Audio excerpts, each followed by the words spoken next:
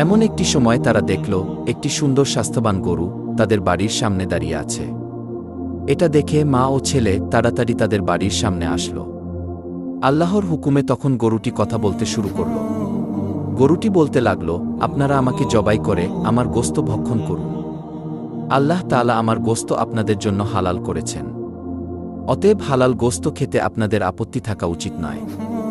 গরুর মুখে এমন কথা শুনে মা ও ছেলেটি খুবই দুশ্চিন্তায় পড়ে গেল।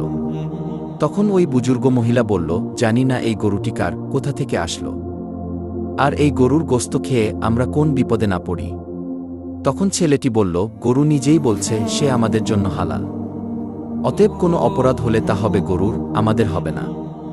মা, এই গরুটি জবাই করে আমরা গোশত খেয়ে ক্ষুধা নিবারণ করি, এসবই আল্লাহর ইচ্ছা। আল্লাহ তাআলা এই ফল বন্ধ করে হয়তো আমাদের জন্য এই গরুটি পাঠিয়ে দিয়েছে। বুজুর্গ মহিলাটি ছেলের